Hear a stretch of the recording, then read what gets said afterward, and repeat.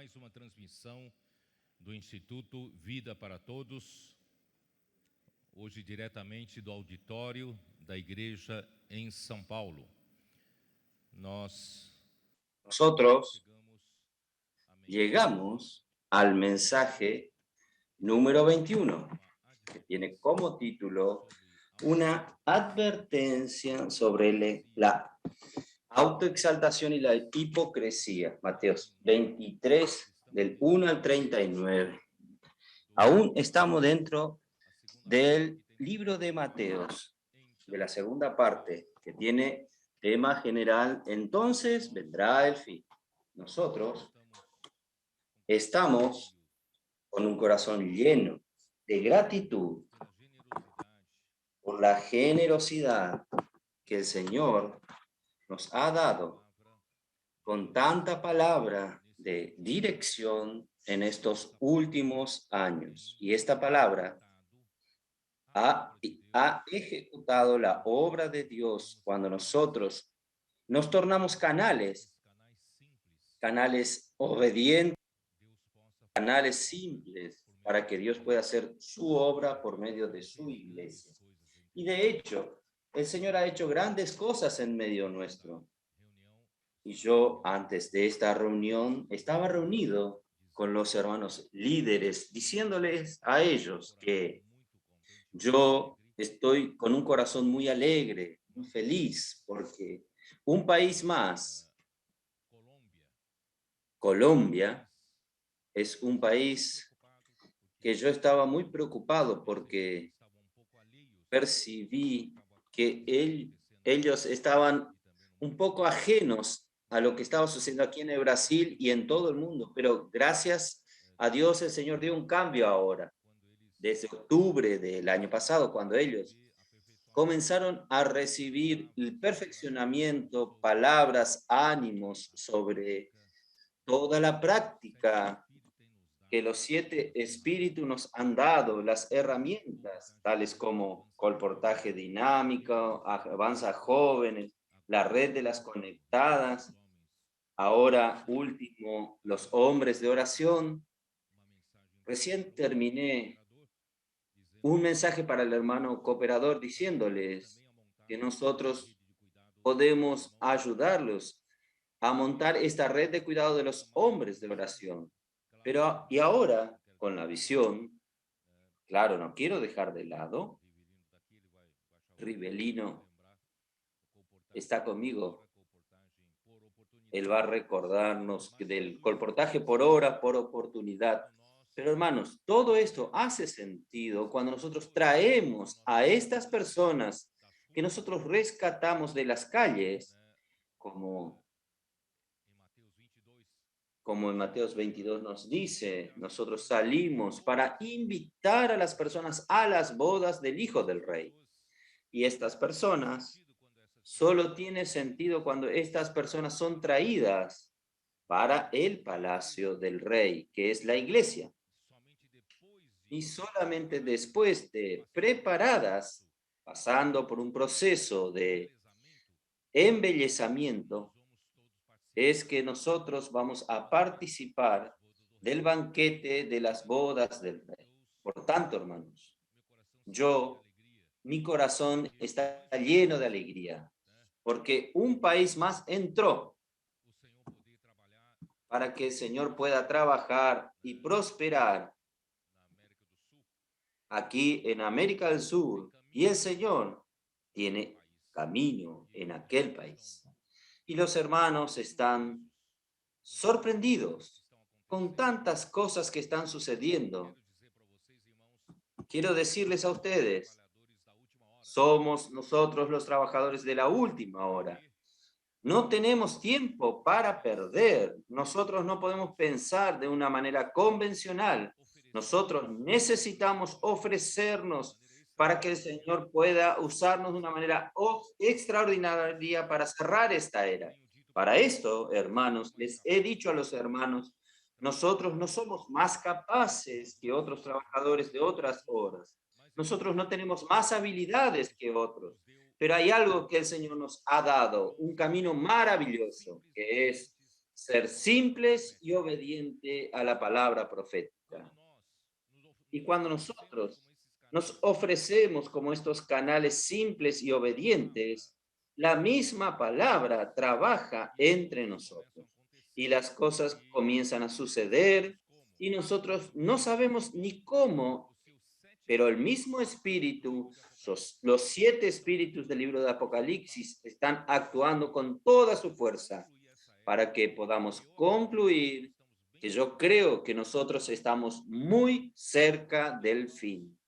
Por tanto, hermanos, la semana pasada nosotros hablamos de la palabra de las bodas del capítulo 22 de Mateos y allí yo le mostré que el evento más importante en este universo para Dios son las bodas de su Hijo. Y estas bodas son las fiestas del casamiento de Cristo con la iglesia. Y hoy nosotros somos estos siervos saliendo a las calles para invitar a las personas para tal fiesta. Y muchos rechazaron después en los primeros invitados rechazaron la invitación, pero entonces el Señor quedó airado y este evangelio fue rechazado por los líderes judíos y el Señor hizo con que este evangelio se volviese a nosotros los gentiles y mandó a salir a las encrucijadas de las calles.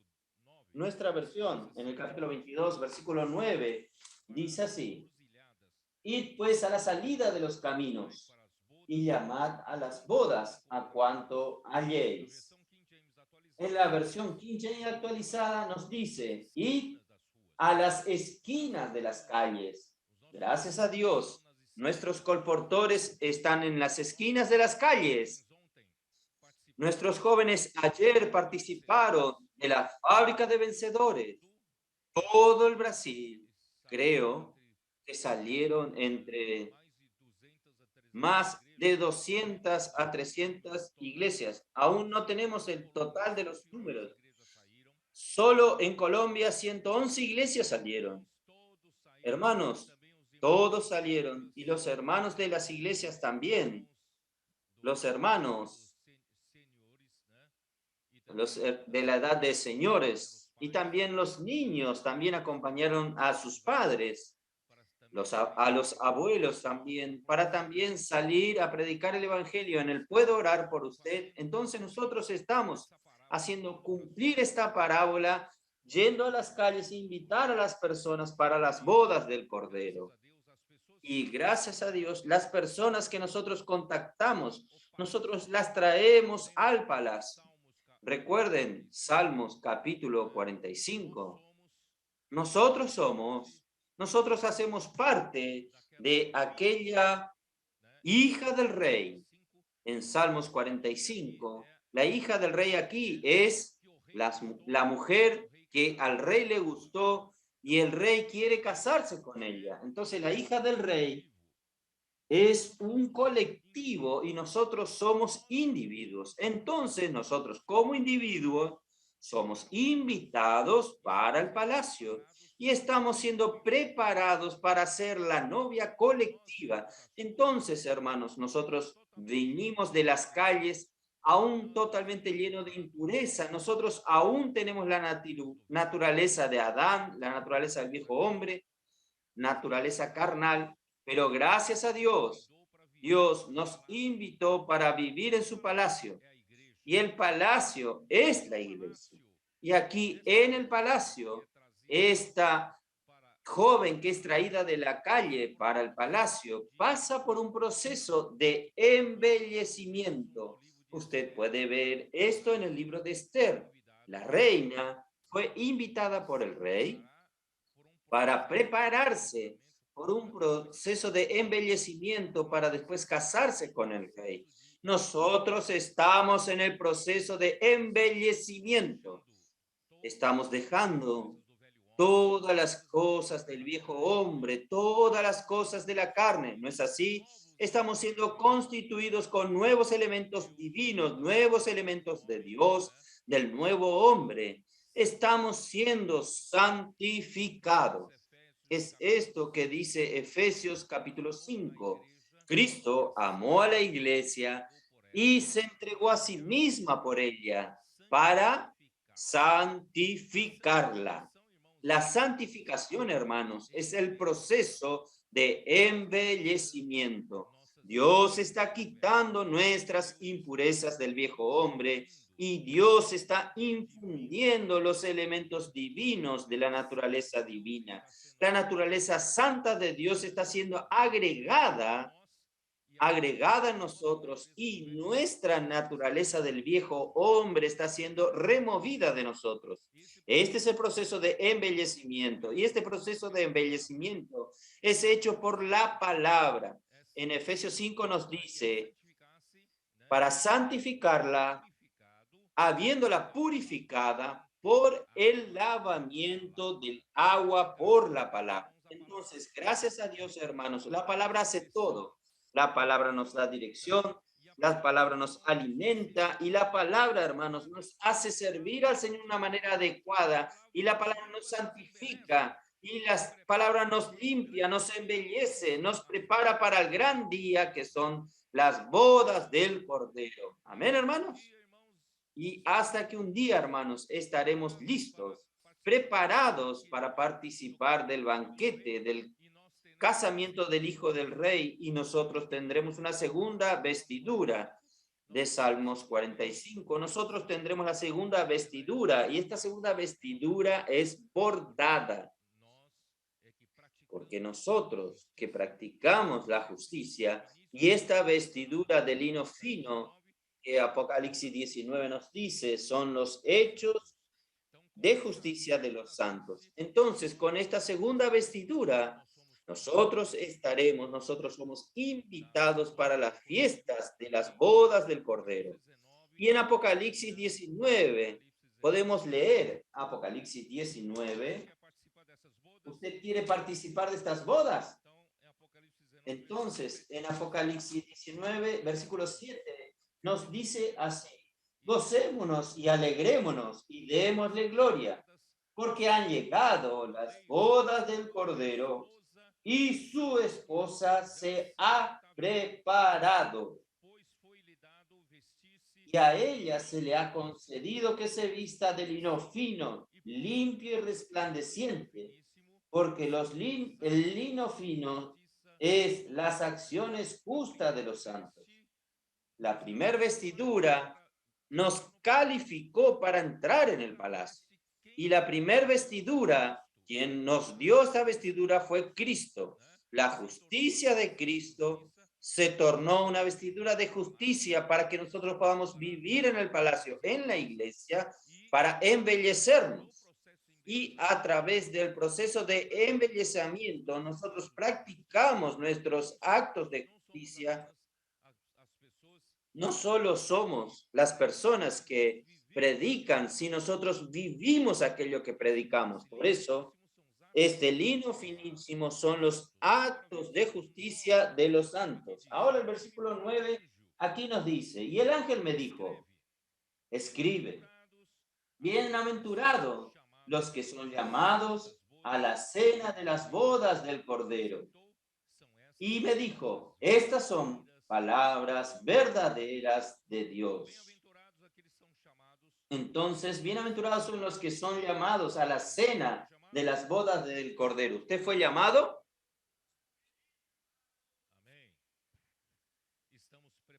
Amén. Estamos preparando la vestidura nupcial para poder participar de este banquete maravilloso. Como yo no terminé el capítulo 22, yo no terminé por falta de tiempo en la semana pasada, entonces yo necesito terminar lo que faltaba aún del capítulo 22. Entonces vamos a terminar. Yo no conseguí hablar.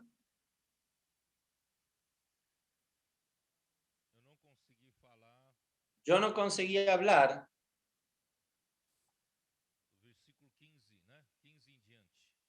el versículo 15 en adelante. Entonces vamos a ver el versículo 15. Mateos 22, perdón. Versículo 15. Entonces se fueron los fariseos, consultaron cómo sorprenderle en alguna palabra. Y le enviaron los discípulos de ellos con los herodianos, diciendo: Maestro, sabemos que eres amante de la verdad y que enseñas con verdad el camino de Dios y que no te cuidas de nadie, porque no miras la apariencia de los hombres. Hermanos, no sé si ustedes están situados en la situación de Jesús. Jesús, él entró en Jerusalén determinado por la determinación del Padre. Él necesitaba entrar como rey del reino de los cielos para Jerusalén. Y aunque los líderes judíos fuesen opositores de Jesús, pero Dios el Padre preparó una manera especial para que este Jesús como rey fuese coronado y pudiese tener una entrada triunfal a Jerusalén. Entonces Jesús mandó, ustedes recuerdan, Jesús mandó a los discípulos que buscasen un pollino, un asna y su hijo un pollino, y lo trajeron a Jesús y pusieron ropa sobre los animales, y Jesús montó sobre ellos. Y en el Evangelio de Marcos, Lucas y Juan hablan que Jesús entró en Jerusalén montado en un pollino, un animal de carga. No menciona al asna, y en Mateos especialmente menciona al asna. ¿Esto quiere decir qué cosa, hermano? Quiere decir que el pollino es la cría del asna. Esto nos remite a Apocalipsis 12. Apocalipsis 12, nosotros tenemos la mujer universal que representa al pueblo de Dios en el sentido general, pero en la era de la iglesia, esta mujer representa a la iglesia, y esta mujer que representa a la iglesia en Apocalipsis 12 está con dolores de parto para engendrar un hijo. Y cuando engendra el hijo, este hijo sería el hijo varón, que sería arrebatado para junto del trono de Dios en el tercer cielo. Entonces, hermanos, ¿qué es esta mujer? Esta mujer es el asna. ¿Y qué es el hijo varón? El hijo varón es el pollino. Y el hijo varón es la parte fuerte de la mujer. Entonces, ni toda la cristiandad, ni todo el cristianismo, ni la iglesia en su sentido general, toda la iglesia está apercibida para coronar, entronizar al Rey Jesús. No todos están preocupados con el reino de Dios, pero hay un grupo que sí está preocupado. Hay un grupo que la Biblia llama de Sión. Jerusalén tal vez no esté apercibida, pero Sión sí está apercibida. Sión es un lugar que lucha por el reino, es la fortaleza de David, que le interesa el reino, traer el reino de Dios aquí en la tierra. Espero que este Sión, espero que este hijo varón seamos usted y yo. Vamos a interesarnos con el reino de Dios. Hermanos, realmente después de tener toda esta visión, el mundo perdió el sabor, color para mí. No sé si para ustedes. El mundo, yo no tengo ninguna atracción por las cosas materiales. No tengo. Hermanos, yo solo quiero hacer mi parte para traer el reino de Dios nuevamente. Hermanos, nosotros somos este Sión, este hijo varón que va a traer al Señor de regreso. Entonces, hermanos, este pollino, Jesús no montó sobre la mula de David. Mula, ustedes saben que es un animal grande, bonito, gigante, pero el pollino es feito, humilde. Nosotros no somos gran cosa. Nos miramos unos a los otros y no somos gran cosa. Los líderes mundiales no saben ni de nuestra existencia.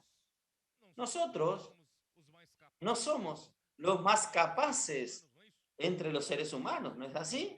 Nosotros no somos los más lindos, los más calificados, no somos. Somos solamente un pollino. Somos solo que este pollino que fue preparado para el asna, para que el rey sea montado sobre nosotros. Estamos aquí para entronizar al rey de una manera humilde. Este es nuestro rey, que en su primer venida vino de una manera mansa y humilde. Pero en su segunda venida, él ya no vendrá de esta manera humilde. En su segunda venida, hermanos, él vendrá en la gloria de su Padre, juntamente con los vencedores. Yo quiero venir junto con él. Hoy, yo soy un pollino para introducir el reino de los cielos, el reino de Dios aquí en la tierra. Pero en aquel día yo quiero venir con él, junto con el Rey de la Gloria. Aleluya. Entonces Jesús entró en Jerusalén, hermanos. Ahí pusieron sus ropas para que Jesús pase y entre en Jerusalén. Y allí gritaban, Hosana, Hosana, bendito el que viene en el nombre del Señor. Él fue entronizado, aunque a los líderes no les gustó esto, pero a partir de entonces, no sé si ustedes perciben, nosotros estamos hablando de la última semana de la vida de Jesús aquí en la tierra. ¿Usted sabía que Jesús moriría en el día de la Pascua? Y aquella semana era la semana que precedía a la Pascua. Y todo el cordero de la Pascua necesitaba ser escogido en el día 10º del primer mes y sería inmolado, muerto en el día 14º. Entonces son del día 10 hasta el día 14, es un periodo de tiempo para ser examinado si este cordero tenía algún defecto, porque si había defecto, no sirve para cordero de la Pascua, tenía que escoger a otro. Entonces Jesús, como cordero de Dios, entró en Jerusalén y fue escogido por Dios el Padre para ser este cordero de la Pascua. Y comenzó en el 10º día, en un día lunes, hasta el día viernes, cuando él fue crucificado. Él fue examinado por los religiosos, por los líderes religiosos. Y nosotros vimos ya en el capítulo 21, vamos a ver. Capítulo 21, versículo 23, ya vimos estos. Versículo 23. Allí dice, cuando vino al templo, los principales sacerdotes y los ancianos del pueblo se acercaron a él mientras se enseñaban y le dijeron, ¿con qué autoridad haces estas cosas? ¿Y quién te dio esta autoridad? Hermanos, comenzó el examen. Comenzaron a apretar a Jesús, a buscar en Jesús algún defecto, alguna falla, en verdad, para terminar con él. Y Jesús pasó por la primer mesa de examinadores, que eran los principales sacerdotes y los ancianos del pueblo. Y el segundo examen fue en el capítulo 22, versículo 15, que nosotros estamos leyendo ahora. Entonces, se fueron los fariseos y consultaron cómo sorprenderle en alguna palabra. Y le enviaron los discípulos de ellos con los herodianos. Entonces, ahora los fariseos tramaron un engaño más y llamaron a los herodianos para poner a Jesús en una encrucijada.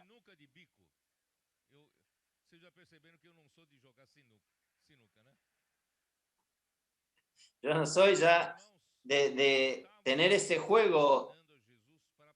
Estaban examinando a Jesús para agarrar alguna falla, encontrar alguna falla en Jesús. Entonces voy un poquito más adelante. Él también fue examinado por los saduceos, que está en el versículo 34 del capítulo 20. 22.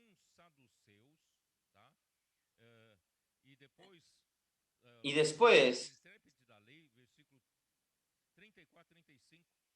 versículo 34 y 35.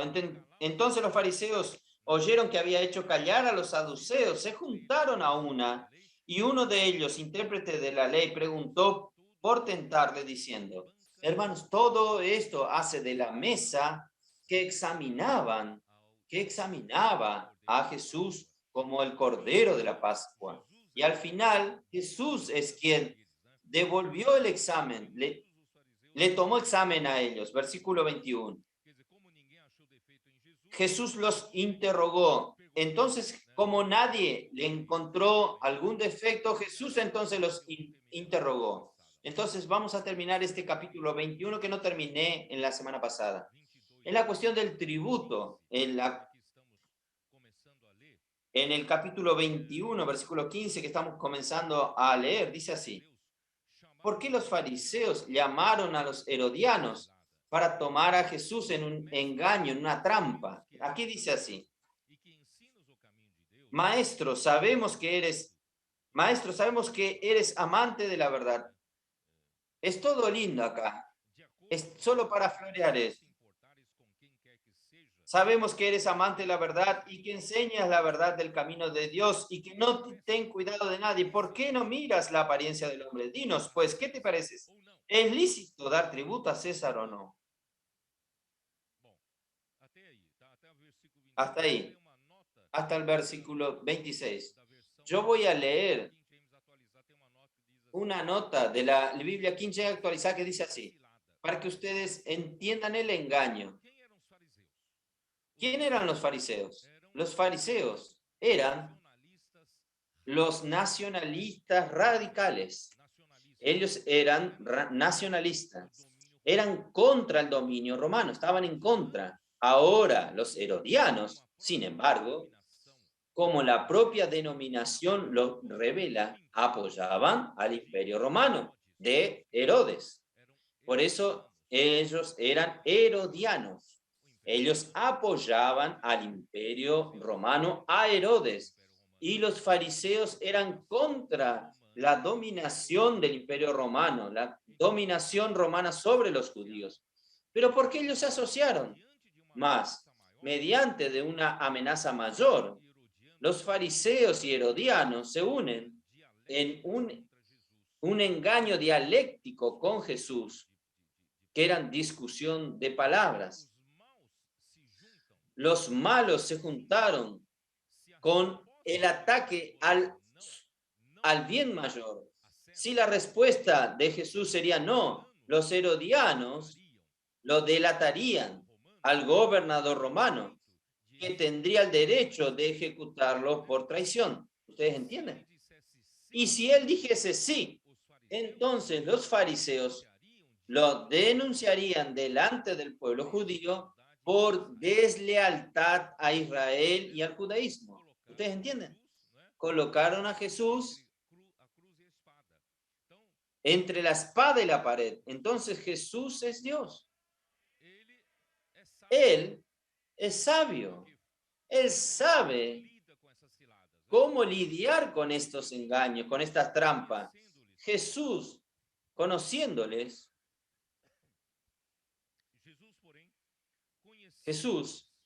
conociendo la malicia de ellos, les dijo: ¿por qué me tentáis, hipócritas? Mostradme la moneda del tributo. Y ellos le presentaron un denario. Aún los fariseos que eran contra la dominación romana tenían en su bolsillo un denario. Si usted es en contra, usted no usa, no es obligado a usarlo. Entonces ellos le trajeron un denario.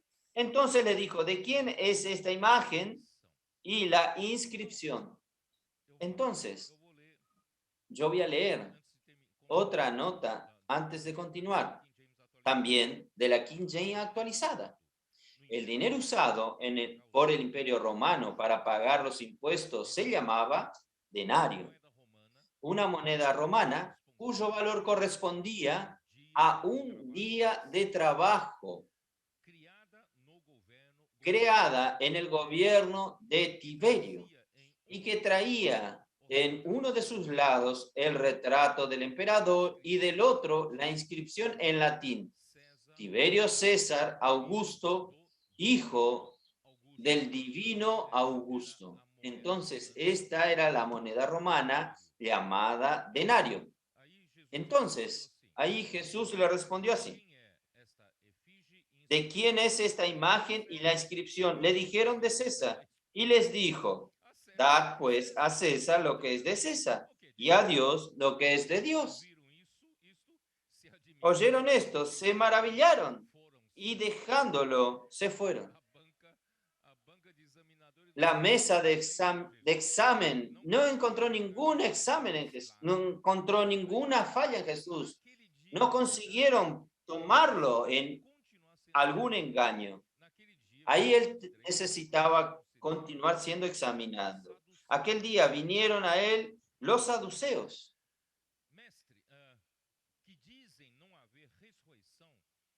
que dicen que no hay resurrección, y le preguntaron: ustedes saben que los saduceos son el segundo partido más grande entre los líderes judíos. Un partido, el mayor partido son los fariseos, que ellos eran muy ortodoxos en relación a la ley de Moisés, estricto en el cumplimiento de la ley. Por eso ellos eran en contra de la dominación romana. Y los saduceos, ellos son más como los modernistas de hoy. Ellos no creen en la resurrección, ni en ángel, ni en espíritus. Entonces ellos también necesitaban examinar a Jesús para ver si encontraban algún defecto. Entonces aquí nos dice así: maestro, Moisés dijo: si alguno muriere sin hijos, su hermano se casará con su mujer y le levantará descendencia a su hermano. Hubo pues entre nosotros 7 hermanos. El primero se casó y murió, y no teniendo descendencia, dejó a su mujer a su hermano. De la misma manera también el segundo, el tercero, hasta el séptimo. Qué mujer, ¿eh? Y después de todos murió también la mujer. En la resurrección, pues, ¿de cuál de los 7 será ella mujer? Ya que todos la tuvieron. Entonces es otra trampa. Entonces Jesús, los saduceos, era una secta dentro del judaísmo. Esto está en Hechos 5:17. Vamos a mirar.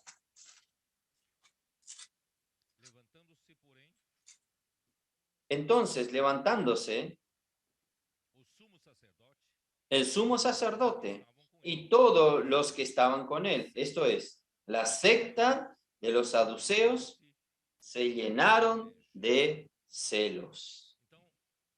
Entonces, es una secta dentro de los líderes judíos. Ellos no creían en la resurrección, en los ángeles o en los espíritus. Esto puede verlo en Hechos 23, versículo 8. Porque los saduceos dicen que no hay resurrección, ni ángel, ni espíritu, pero los fariseos afirman estas cosas. Entonces, estos eran los saduceos. Ellos usaron para examinar a Jesús, para colocar a Jesús en una trampa. Usaron la ley del levirato, del Antiguo Testamento, que está en Deuteronomio. Vamos a mirar Deuteronomio 25:5.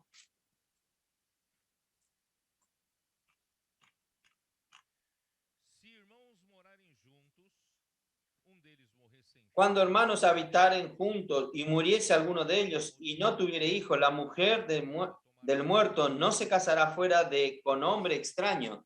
Su cuñado se llegará a ella y la tomará por mujer y hará con ella parentesco. ¿por qué entonces la ley del levirato? Del latín levir. Levir es cuñado para proteger a las viudas, garantizar las propiedades para que no salgan, no vayan a otras personas las propiedades, sino que queden en la familia. Garantizar las propiedades y la continuidad del linaje de la familia. Ellos vinieron a probar a Jesús con relación a la resurrección. Jesús le dijo, ¿qué le dijo aquí? ¿Dónde está? Vamos a continuar. Versículo 29. Entonces respondió Jesús, les dijo, erráis, ignorando las escrituras y el poder de Dios, porque en la resurrección ni se casarán, ni se darán en casamiento, sino serán como los ángeles de Dios en los cielos. Pero respecto a la resurrección de los muertos, ¿no habéis leído lo que os fue dicho por Dios cuando dijo, yo soy el Dios de Abraham, el Dios de Isaac y el Dios de Jacob? Dios no es Dios de muertos, sino de vivos. Oyendo esto, la gente se admiraban de su doctrina, de su enseñanza. Hermanos, Jesús afirmó que los saduceos no conocían ni las escrituras, ni el poder de Dios, ni una cosa ni la otra. Ni en cuanto a las escrituras ellos estaban correctos, ni en cuanto al poder de Dios ellos entendían. Porque la resurrección ni se casan, ni se dan en casamiento, porque son como los ángeles del cielo. En cuanto vivimos aquí en la tierra, hermanos, Dios lo determinó así, hombres y mujeres. Dios hizo a Adán, creó a Adán, y Dios retiró de su costilla y edificó una mujer y la trajo para Adán. Y Adán dijo, esta es hueso de mi hueso, carne de mi carne, y se llamará varona porque fue tomada del varón. Así entonces lo hizo Dios. ¿Por qué? Porque el hombre necesita de la mujer para cumplir la determinación de Dios de ser fecundos y multiplicarse, llenar la tierra y sojuzgarla. Los hermanos entienden entonces el matrimonio y la razón de existir hombres y mujeres es para ser fecundos. ¿Para qué?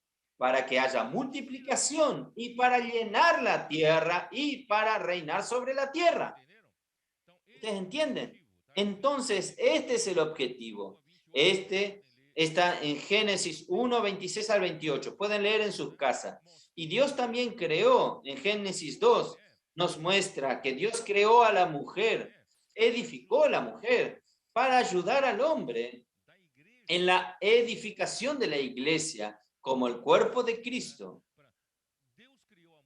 Dios creó a la mujer como una auxiliadora para ayudar al hombre. Y Dios creó al hombre, hermanos, en verdad, para auxiliar a Cristo en la ejecución de la voluntad de Dios, que es edificar la iglesia. Por eso, hermanos, hombre solo está incompleto. El hombre solo no consigue realizar la obra de Dios. El hombre necesita de la mujer. El hombre necesita de la ayuda de la mujer, el auxilio de la mujer. Entonces, el hombre con la mujer consiguen juntos los dos auxiliar a Cristo en la edificación de la iglesia. ¿Los hermanos entienden? Esta es nuestra función, hombres y mujeres. Pero hermanos, cuando termine esta era, en la resurrección, no habrá más distinción entre hombre y mujer. ¿Ustedes me entienden o no? Señor Jesús. No oí a las hermanas alabar al Señor. Cuando concluya nuestra misión como la iglesia, cuando concluya la misión de edificar la iglesia, predicar el evangelio, nosotros no necesitamos aquí de las mujeres de la red de conectadas. Nosotros no sin las mujeres, el hombre no consigue terminar el trabajo para Dios. Nosotros necesitamos de hombres y mujeres. Entonces, cuando concluya la misión de en la resurrección no habrá más necesidad de esto y no habrá distinción de entre hombre y mujer. Esto está en Colosenses 3:11.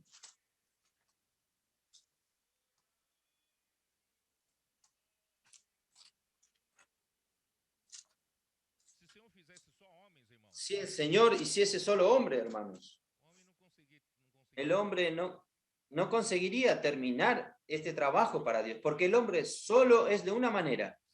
Necesita la ayuda de la mujer. Yo, cuando era estudiante vivía en casa de estudiante, cuando hice la escuela técnica, hermanos. Eran todos buenos compañeros míos. Nosotros alquilamos una casa para estudiar juntos, pero una casa sin una mujer. Es horrible. Todo tirado en el suelo, medias. Tenía uno de nuestros compañeros que se afeitaba y dejaba todo el lavatorio lleno de su barba. Era terrible. Gracias a Dios por las mujeres.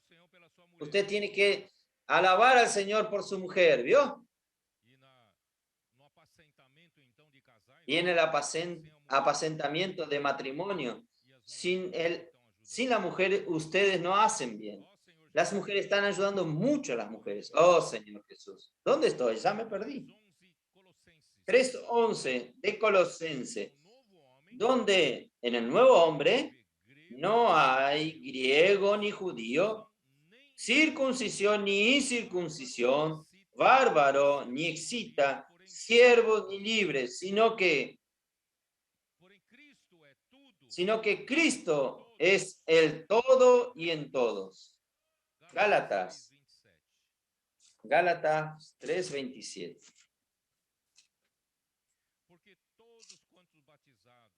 Porque todos los que habéis sido bautizados, ¿es esto? De Cristo estáis revestidos, 28. Ya no hay judíos ni griegos, no hay esclavo ni libre, no hay varón ni mujer, porque todos vosotros sois uno en Cristo Jesús.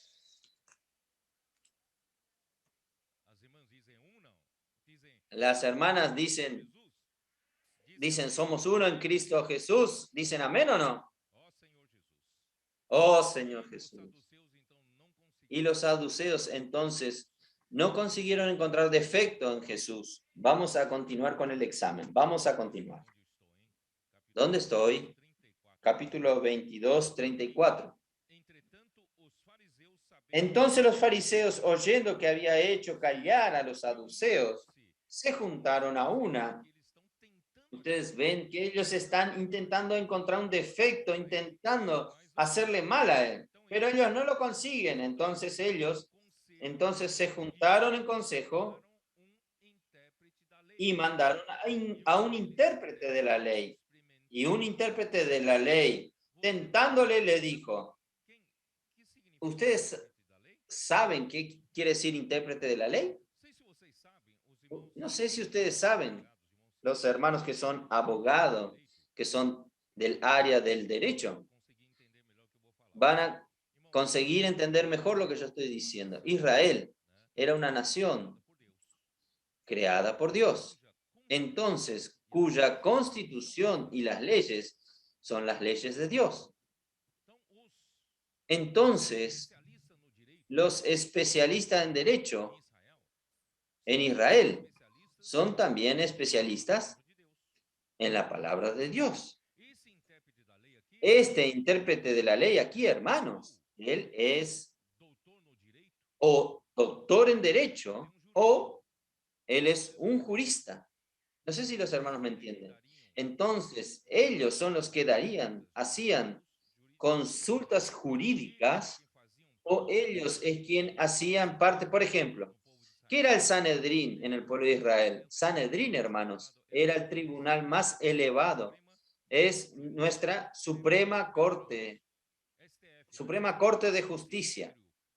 Entonces el Sanedrín era formado por los líderes judíos, pero ellos forman ¿qué? Toman la decisión final en el área jurídica. Entonces, intérprete de la ley hace parte de estos especialistas en el área jurídica. Ellos son los que hacen consultas jurídicas, son juristas. Entonces, fue esta la pregunta, maestro.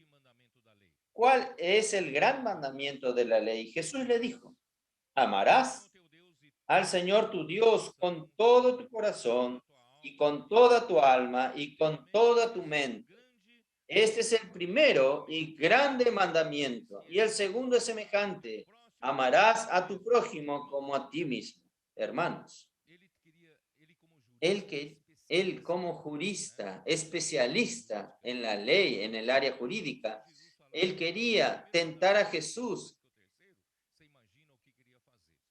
Y que Jesús diría, el primero era mayor que el tercero, que el cuarto. Imagínense lo que Jesús iba a suceder. Miren la esencia. El hombre mira para la letra, para la superficie, pero Jesús mira para la esencia, la naturaleza. Aquí habla así. Voy a leer aquí lo que yo escribí. Él era un doctor en la ley, alguien entendido en la ley de Moisés, intérprete, profesional de la ley del Antiguo Testamento. Esta es una nota de la versión Recobro. Entonces los fariseos eran muy legalistas, tan así que se enredaban en sus propias leyes y decretos. Discutían siempre sobre cuáles de entre sus muchas ordenanzas, sus ordenanzas, cuáles eran las leyes prioritarias para que un judío pudiese alcanzar el reino de los cielos y el Shabbat, o el gran sábado, o el descanso eterno. Entonces ellos, entre los especialistas del derecho, entre los judíos, ellos discutían, ellos tenían mucha discusión entre ellos.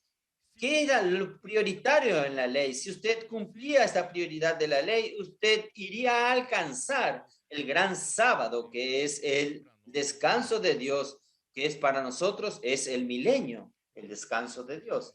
Hermanos, digan ustedes lo que nosotros estamos buscando tanto tiempo saber. Vamos a oírle a usted. Y el Señor no dijo ninguno y el otro. Toda la ley se resume en amar a Dios y amar al prójimo. Porque la esencia de la ley, hermanos, es Dios que es amor. Dios es amor. Entonces, aquí voy a leer. Los líderes religiosos y sus discípulos, responsables por la enseñanza de las escrituras al pueblo, eran muy limitados en sus lógicas humanas y en sus debates de la ley. Quiere decir, ellos toman la ley y discuten en la esfera terrenal, en la esfera mental. Hermanos, la ley no es algo terrenal. La ley vino de Dios, que es celestial. Entonces usted no puede entender la ley con su lógica humana. Lo máximo que usted consigue hacer es debatir y no llegar a ningún lugar. Entonces Jesús les mostró que la esencia de la ley es el amor.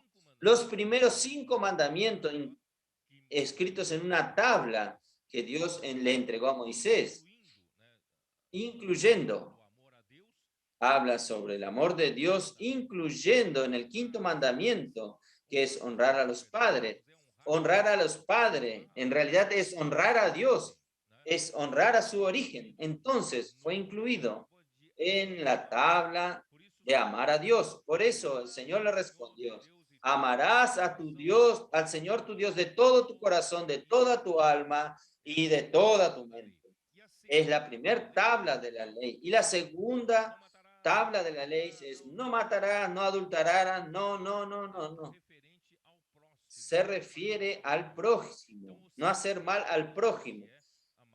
El segundo semejante a este es amarás al prójimo como a tú mismo. De estos 2 mandamientos depende toda la ley y los profetas. Todo se resume en el amor. porque todo vino del origen, que es Dios, que es amor. Todo lo que vino del amor va a terminar en amor. Entonces, hermanos, si usted quiere realmente practicar y llegar al gran Shabbat, usted quiere participar del gran Shabbat, del gran sábado, practique el amor, practique el amor. Entonces, hermanos, aquí dice, amarás al Señor de todo tu corazón, de toda tu alma y con toda tu mente. La palabra entendimiento aquí es dianoia, es mente. Entonces, amar al Señor con todo nuestro corazón, con toda nuestra alma y con toda nuestra mente. Que nuestra mente es la que define dónde está nuestro corazón, dónde está nuestra alma. Y los otros 5 mandamientos están en la segunda tabla de la ley, se refieren a amar a nuestro prójimo como a nosotros mismos. Es el tejido del amor que hemos hablado con ustedes. Es el tejido del amor que tejemos en la edificación de la iglesia. En la edificación de la iglesia, hermanos, no se puede usar las cosas naturales. Usted solo puede usar la naturaleza divina para edificar la iglesia. Usted solo puede usar las cosas de Dios que son el amor. En la esencia, las cosas de Dios, la palabra de Dios, terminan siempre en el amor. Y Dios entonces quiere suplirle a usted con amor, porque usted con el hombre natural, el viejo hombre, usted no tiene amor suficiente para relacionarse con otras personas. Por eso, aún en el matrimonio, hermanos, no es suficiente aquella pasión con que usted se apasionó por la otra persona. Usted necesita del amor de Dios para ser edificado con su cónyuge. Y esto, transportándolos, usted se edifica con los hermanos. La iglesia. Necesitamos del amor de Dios como la fuente, el origen. Y cuando nosotros creemos en Dios, hermanos, es como aquella Juan 7:37, ustedes recuerdan, cuando Jesús en el último día de la fiesta de los judíos, él se puso en pie. Ustedes saben que el último día es el gran día de la fiesta, en que la alegría llega al clímax. El placer llegaría al clímax, solo que después de esto iban a experimentar la resaca, que todo terminó y se terminó. Pero fue en el gran día de la fiesta, en el último día, que Jesús se levantó y exclamó, si alguien tiene sed, venga a mí, beba. Quiere decir, en el clímax de la fiesta humana, el hombre aún tiene sed. Entonces, ¿quién puede saciar la sed del hombre? No son las cosas del hombre, sino que es Dios. Si alguien tiene sed, venga a mí, beba. Quien cree en mí, como dice la escritura, de su interior correrán ríos de agua viva. Esto dijo con relación al espíritu que habían de recibir los que creyesen en él, porque hasta aquel momento el espíritu no estaba, no había sido dado. Entonces, cuando Jesús murió y resucitó, fue enviado el espíritu a nosotros. Y cuando nosotros creemos en Jesús, hermanos, lo que nosotros recibimos aquí dentro es el espíritu. Cuando usted creyó en Jesús hoy de mañana, el hermano ayudó a muchos a recibir un gran regalo. Este gran regalo es el Espíritu. Cuando usted invoca este nombre, oh Señor Jesús, lo que usted recibe es el Espíritu y el Espíritu es el mismo Dios. Y este Dios es amor.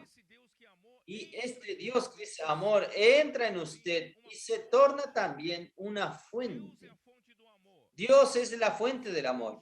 Pero cuando usted cree en Jesús, usted recibe esta fuente, que es el amor, que es, esta fuente está dentro de usted hoy. Y usted puede hacer fluir este amor como ríos de agua viva para otras personas. Hermanos, ahí usted usa este amor para relacionarse con su cónyuge, con su familia, con los hermanos, en la edificación de la iglesia, para servir juntos aquí en la iglesia, hasta que nosotros tejamos un tejido de amor con la urdiembre que viene de Dios y las tramas que vienen de nuestra relación horizontal con las personas, con los hermanos. ¿Está bien?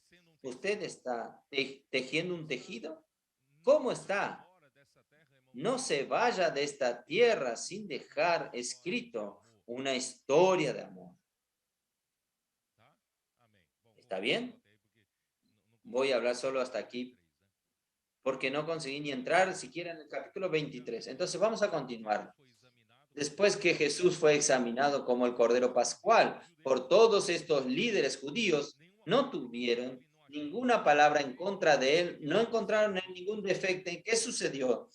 Entonces Jesús en el versículo 41, entonces Jesús le preguntó a ellos, y estando juntos sus examinadores, los fariseos, Jesús le preguntó, dicen, ¿qué pensáis del Cristo? ¿De quién es hijo?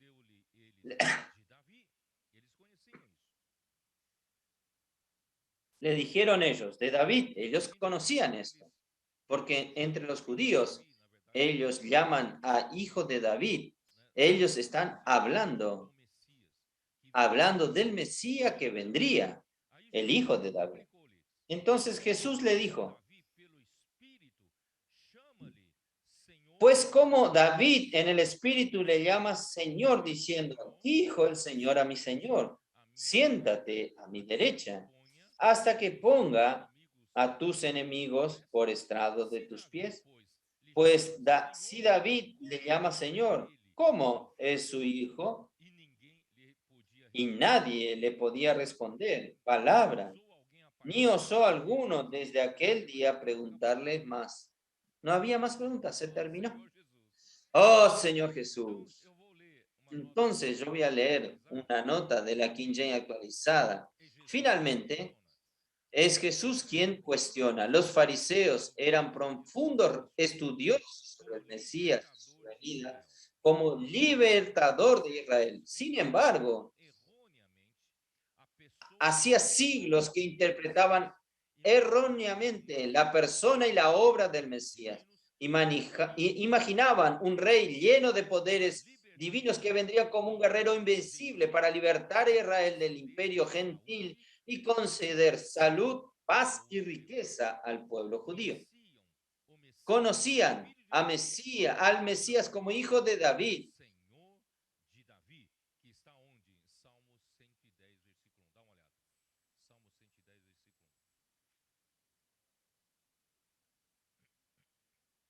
Disse o Senhor ao meu Senhor.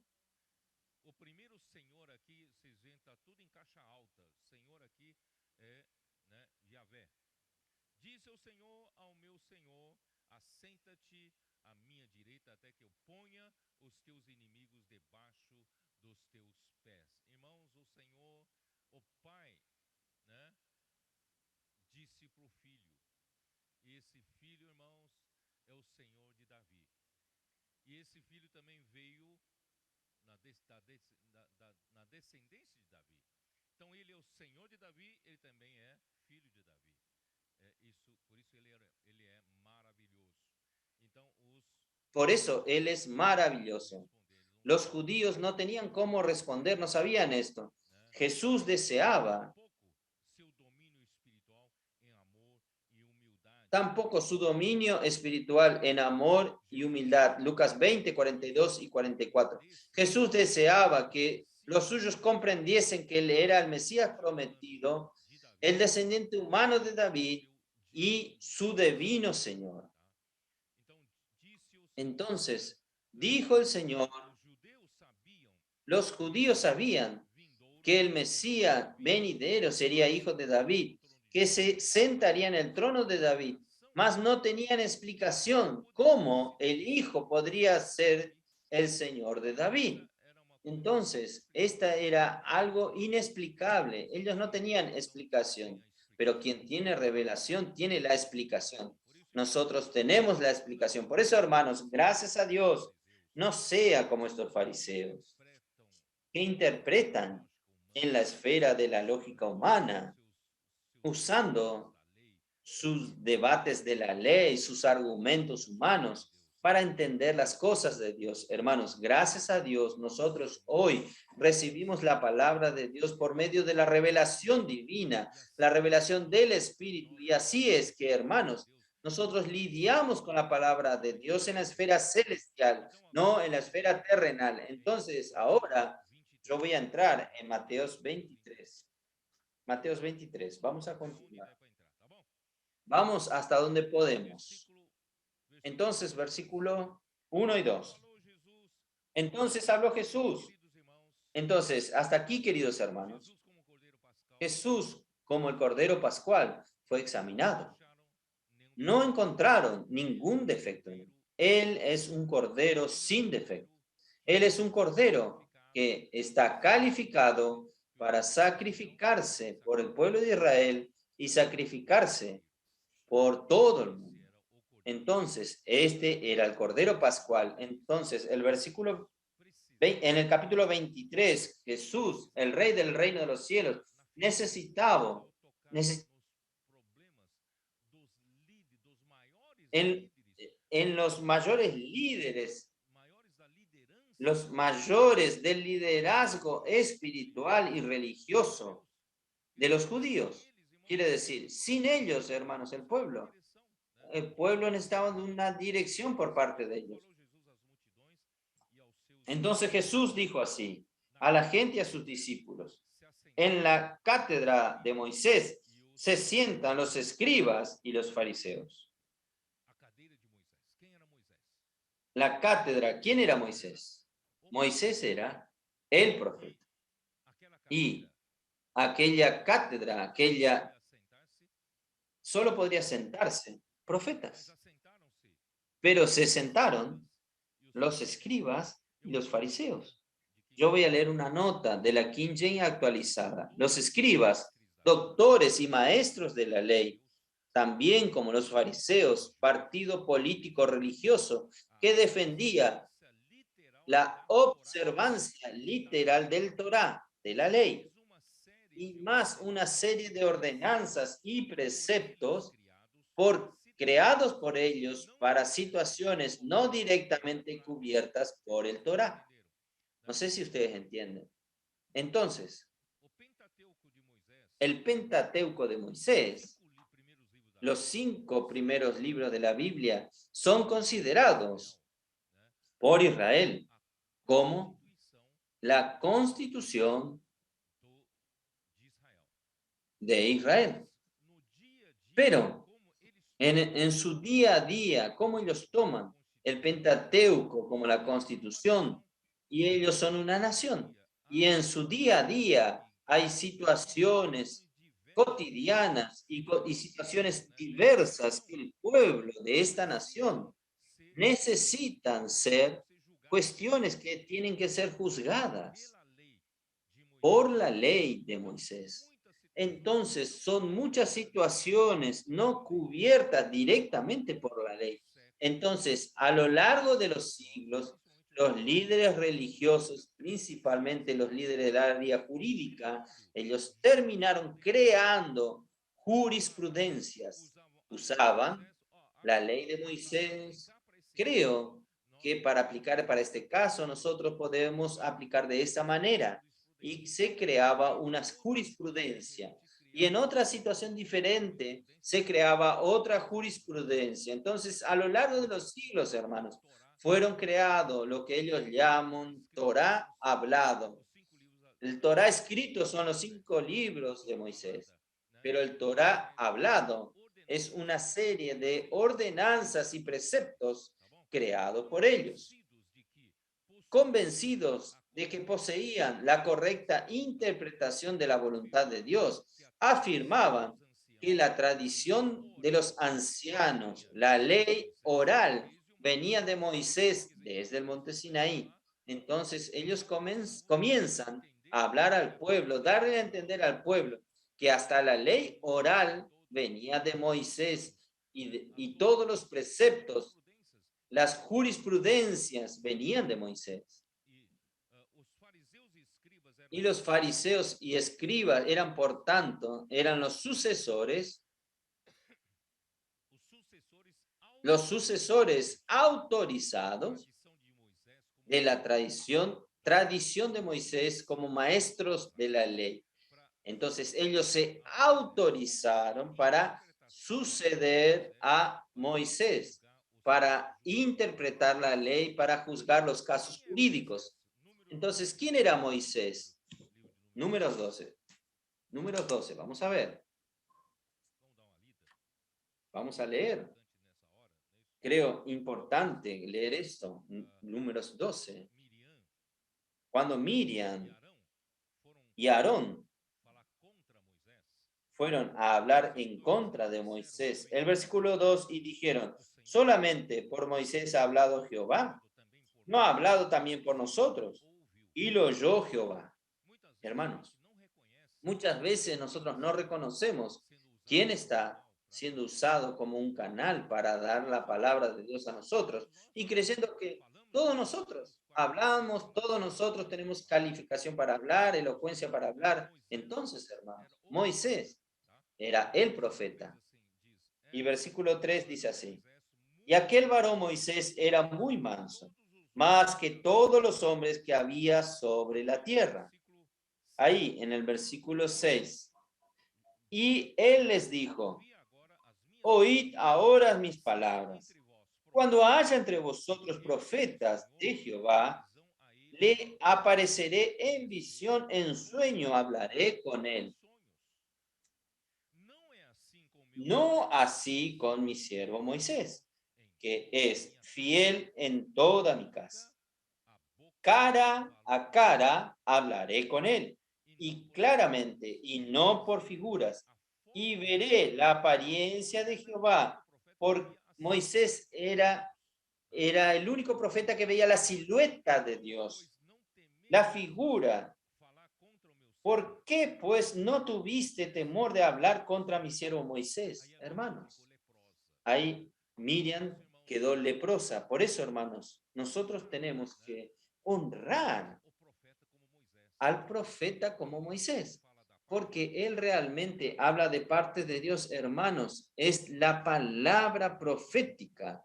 Viene de los profetas determinados por Dios y que traen la dirección al pueblo.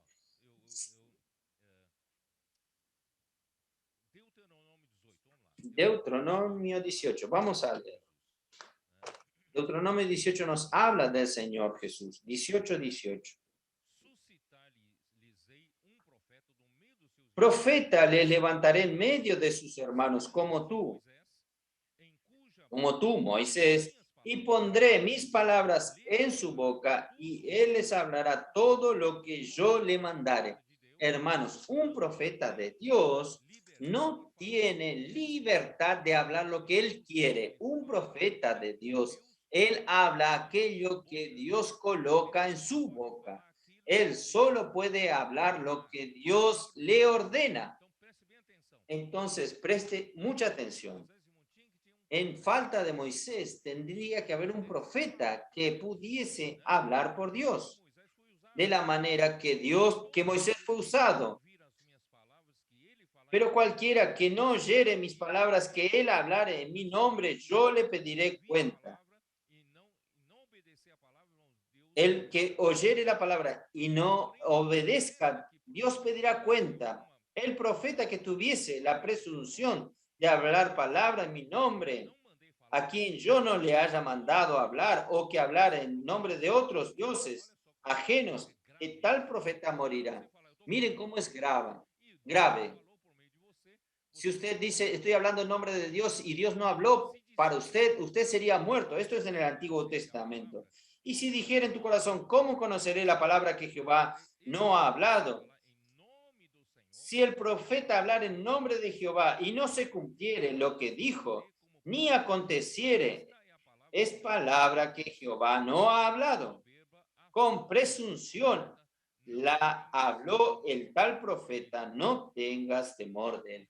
Hermanos, un principio importante voy a remarcar. Un profeta no habla sus propias palabras, habla lo que el Señor ordene.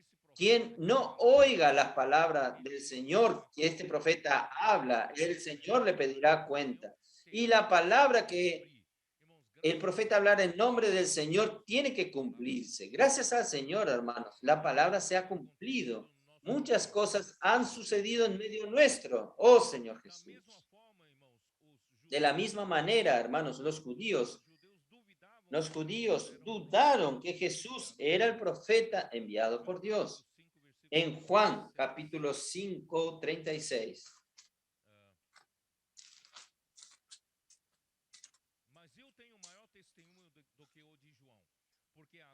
Mas yo tengo mayor testimonio que el de Juan, porque las obras que el Padre me dio para que cumpliese, las mismas obras que yo hablo, dan testimonio de mí, que el Padre me ha enviado. ¿Cómo reconocer entonces que Jesús era el Cristo enviado por Dios?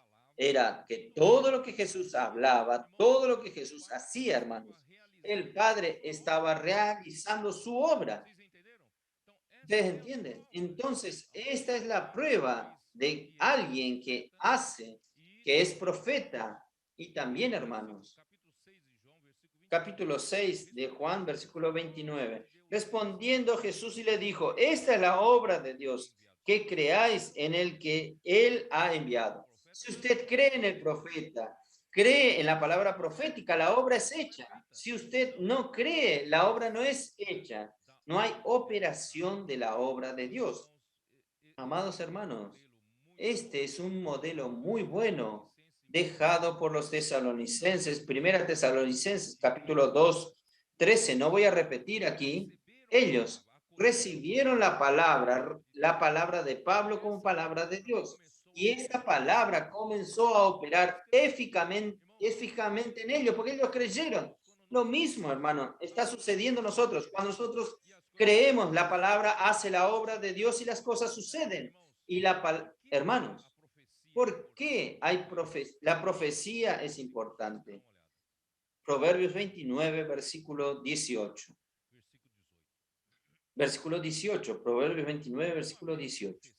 Sin profecía, el pueblo se desenfrena, mas el que guarda la ley es bienaventurado. Hermanos, no habiendo profecía, el pueblo se corrompe. Cuando no hay más profetas que hablen la palabra de dirección al pueblo, hablan lo que Dios quiere hablar a su pueblo, Dios quiere instruir a su pueblo, Dios quiere ordenar a su pueblo. Cuando no hay profeta, hermanos, el pueblo se corrompe.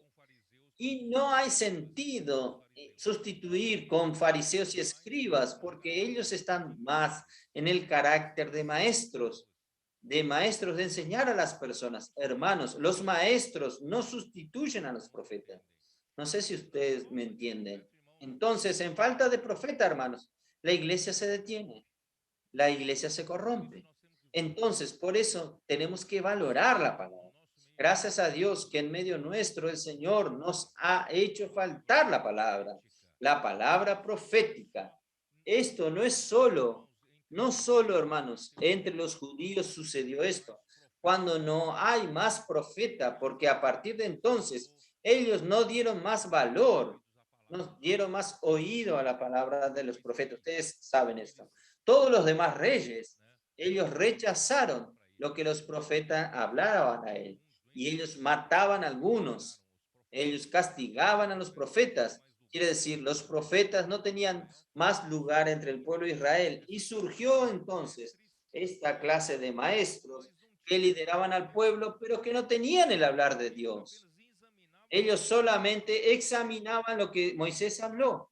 Hermanos, hoy, a veces algunos grupos cristianos, hasta en el pasado, algunos fueron grandemente usados por el Señor en la iglesia. Pero si usted queda estancado en el tiempo y termina la profecía y surge un grupo de maestros solamente para estudiar lo que fue hablado en el pasado, va a quedar en el tiempo. Dios no va a continuar más su obra a través de ellos. Gracias a Dios, hermanos, entre nosotros el Señor ha hablado para avanzar. Su obra ha avanzado entre nosotros. Por eso, hermanos, es muy serio esto. En la silla de Moisés se sentaron los escribas y fariseos. No se puede. Esta es una situación que degrada a la iglesia para la iglesia. Así fue en el segundo siglo, cuando murieron los apóstoles del primer siglo, no habiendo más profecía, no habiendo más profeta, porque el último fue Juan. Ahí, hermanos, paró también la iglesia, se detuvo la iglesia en el tiempo. Ahí comenzó a surgir los obispos con una nueva, buena intención de mantener las enseñanzas de los apóstoles, estudiando aún las enseñanzas de los apóstoles entre los discípulos. Pero hermanos, no basta solo tener maestro, necesita la fuente de la palabra, necesita de los profetas. Ahí entonces comenzó la degradación que fue hasta el fondo del pozo en la iglesia Tiatira. Y el Señor comenzó a restaurar algo en Sardis, y finalmente Dios está restaurando y consolidando la iglesia en Filadelfia. La iglesia en Filadelfia tiene un gran regalo de Dios que son, ¿cómo se dice? Los tesoros de la palabra profética fueron abiertas. Gracias a Dios, hermanos. Volvemos a tener la silla de Moisés, no tomada por los maestros, sino se sentaron los profetas. Tenemos que alabar por esto al Señor. De aquí en adelante, ¿dónde puedo llegar? A ver. Ahí comienza una búsqueda desesperada por reconocimiento y prestigio. Esto está en versículo 3 al 12. 23 del 3 al 12.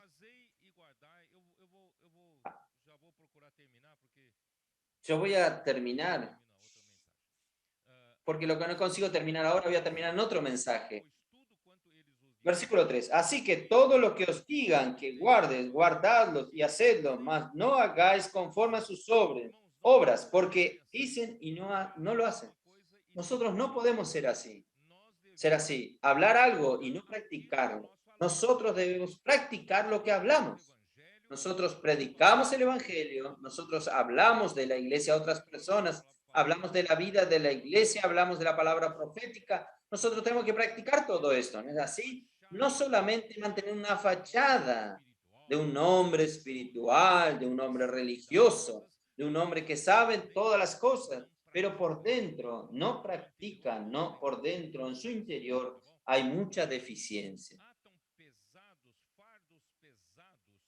Porque atan cargas pesadas y difíciles de llevar y los ponen sobre los hombros de los hombres, pero ellos ni con un dedo quieren moverlas. Ellos colocan carga pesada en los otros, mandan a los otros a hacer, pero ellos mismos no hacen. Antes hacen todas sus obras para ser vistos. Los fariseos hacen todas sus obras para ser vistos por los hombres, pues ensanchan sus filacterias y extienden sus flecos con sus mantos. Y aman los primeros asientos en las cenas y las primeras sillas en las sinagogas y las salutaciones en las plazas, y que los hombres le llamen rabí, rabí. Pero vosotros no querráis que os llamen rabí, porque uno es vuestro maestro, el Cristo, y todos vosotros sois hermanos. Y no llaméis Padre vuestro a nadie en la tierra, porque uno es vuestro Padre, el que está en los cielos, ni seréis llamado maestro, porque uno es vuestro maestro, el Cristo. Pero el que es mayor de vosotros sea vuestro siervo, porque el que se enaltece será humillado, y el que se humilla será enaltecido. Yo voy a decir así. Ellos dicen y no hacen, colocan carga pesada sobre los otros. Todos nosotros debemos hacer lo que practicamos, lo que predicamos. Y todos tenemos que practicar de la ejecución de la obra del Señor en su función. Nosotros estamos aquí para hacer que sea operacional el plan de Dios. No estamos aquí para discutir preceptos y leyes y doctrinas. Estamos aquí para realizar la obra de Dios. Por eso no estamos aquí solo para predicar. Nosotros estamos aquí para realizar la obra de Dios. Por eso necesitamos practicar. Todos deben participar de la obra de Dios, cada uno en su función. Ellos practicaban sus obras para ser visto por los hombres, pues alargaban los filacterios y alargaban sus borlas. voy a explicar qué son los filacterios. Los filacterios o tefilins eran pequeños rollos o cajitas de cuero que los judíos religiosos usaban colocados en su frente y cerca del corazón o en el brazo izquierdo. Esas pequeñas cápsulas contenían 4 pasajes del Torá: Éxodo 13, del 1 al 10, y del 11 al 16, Deuteronomio 6, 4 al 9, y capítulo 11 del 13 al 21. Son 4 pasajes del Antiguo Testamento. Con el paso del tiempo, los judíos comenzaron a respetar y honrar esos pequeños recipientes, tanto como las escrituras, y su tamaño era considerado una señal de celo espiritual de quien los tenía. O sea, quien tenía estos filacterios sustentaban su espiritual, sustentaban que ellos eran celosos de la ley. Por eso eran considerados como amuletos de buena suerte y protección contra el mal. Las flecos son las borlas descritas en Números 15, 34, 41. Yo ya leí esto en el pasado, las borlas de las vestiduras que todos los judíos debían usar. Jesús también usaba en los 4 puntas de su manto en Mateos 4, 9, 20. Ustedes recuerdan cuando tocaron las borlas de su vestidura. Estas borlas eran un tipo de madejas de lana blanca y azul, y tenían la función sincera de declarar el amor de quien las usaba a Yahvé, el Señor, y la voluntad de su corazón de cumplir el Torah o la ley de la manera más fiel posible. Y las borlas tenían el tamaño medio de 10 centímetros. Sin embargo, los fariseos las alargaban mucho más en señal de mayor espiritual. Quiere decir, quien tenía un fleco mayor era más espiritual. O que Dios creó para ser solamente un recordatorio de la fe y una marca de devoción, se tornó un objeto de adoración y ostentación, entre paréntesis fetiche. Y ellos aman los primeros lugares en los banquetes y las primeras sillas en las sinagogas, las salutaciones en las plazas y ser llamados maestros, hermanos. Los maestros de la ley y los fariseos les gustaban de ocupar los mejores lugares y los más importantes asientos en las sinagogas. No sé si usted ya vio la sinagoga. Nosotros fuimos a Israel y vimos una sinagoga. La sinagoga es algo muy simple, es algo rectangular, y había de un lado la entrada y de los otros lados principalmente existen escalones para sentarse, y del lado opuesto de la entrada había un lugar, y allí estaría el lugar más importante, porque allí, yo voy a leerles a ustedes, los maestros de la ley les gustaba ocupar los mejores lugares, aquellos que estaban enfrente a la representación del arca, que continúa los rollos de las escrituras sagradas. Aparte de eso, los que se sentaban allí podían ser fácilmente vistos por toda la congregación. Ellos también apreciaban mucho oír a las personas que lo llamasen insistentemente a gritos y en público, en las plazas y en los mercados, de Rabel en griego, que significa el título literal hebreo, mi profesor, mi maestro. A ellos les gustaba, mi maestro, mi profesor. Hermanos, todo esto, hermanos, es hipocresía. Entonces, con miras a la edificación de la iglesia, debemos entender el peligro de la autoexaltación, que irá a corroer la esencia del reino de los cielos, que es tener un espíritu contrito y humilde. Jesús hizo una serie de advertencias en cuanto a la búsqueda desenfrenada por reconocimiento y prestigio, cosas que alimentan la soberbia humana. Por otro lado, vamos a evitar aplicar este pasaje literalmente. Entonces, no aplique esto literalmente. Los hermanos se sientan adelante por una cuestión de comunión. No es para llamar a nadie de maestro, no es esto, en este sentido, no aplique esto literalmente. Tenemos que aplicar esto, hermano. Nosotros no buscamos exaltarnos a nosotros mismos. Nadie aquí busca su propia exaltación porque nuestro camino es el camino de Jesús, es el camino de la cruz. Jesús no vino aquí en la tierra a buscar autoexaltación. Jesús no vino aquí en la tierra en ningún momento a buscar el reconocimiento. Él no vino a buscar su propia gloria. Él dijo, yo no vine a buscar mi propia gloria, yo busco la gloria de aquel que me envió. Entonces, hermanos, Jesús, antes que Jesús, que era Dios, Filipenses 2 nos muestra que él, que era el mismo Dios, él no buscaba el ser igual a Dios, él se vació de la posición de Dios, tornándose hombre, un hombre humilde, y vino aquí en la tierra siendo hombre. Él no vino para ser un hombre bonito, alto, que todo el mundo quiere mirar. Ah, este es hijo de Dios, un hombre rubio, ojos verdes, lindo. Hermanos, no, él vino con una apariencia fea. ¿Usted sabía esto o no?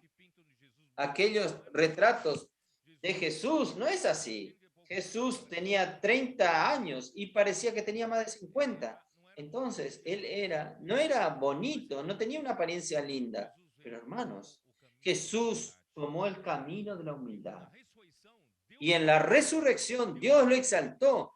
Dios lo resucitó y lo exaltó a lo sumo y le dio un nombre que es sobre todo nombre. Y que toda boca un día va a tener que confesar que Jesús es el Señor. Y toda rodilla se doblará al nombre de Jesús. Por eso, hermanos, no busque el camino de la exaltación, busque el camino de la humillación. Deje que Dios te exalte en aquel día. Por eso, hermanos, no estamos aquí en la iglesia buscando reconocimiento, ni necesitamos dar testimonio. Ah, yo hice esto, yo hice aquello. No, nosotros hacemos todo en lo oculto, porque nosotros estamos aquí como los trabajadores de la última hora. Nosotros solo sabemos bajar la cabeza y trabajar, servir al Señor, que el Señor sea exaltado. Entonces, este es el camino, el reino de los cielos. También no deje que cualquier suceso en la obra del Señor, porque nosotros estamos siguiendo la palabra profética, las cosas están sucediendo, el Señor está introduciendo personas nuevas, nosotros estamos cuidando de ellas y las cosas están maravillosas. No deje que el suceso también haga que el orgullo suba en su cabeza. No quede soberbio por causa del suceso. Ah, mire, nosotros estamos haciendo esto, aquello. No, hermano, nosotros solo sabemos ser siervos. Después de haber hecho todo esto, aún digo, soy un siervo inútil. Hicimos lo que nos correspondía hacer. Esta es nuestra actitud hasta que el Señor regrese. Vamos a mantenernos siempre humildes, mantenernos siempre un espíritu contrito, un espíritu arrepentido, porque todo lo que el Señor está haciendo en medio nuestro no es hecho por nuestra capacidad, es hecho por el poder de Dios. Entonces, hermanos, nosotros somos solo vasos de misericordia a través de los cuales el Señor está haciendo su obra. Dios los bendiga a ustedes. Jesús es el Señor. Amén.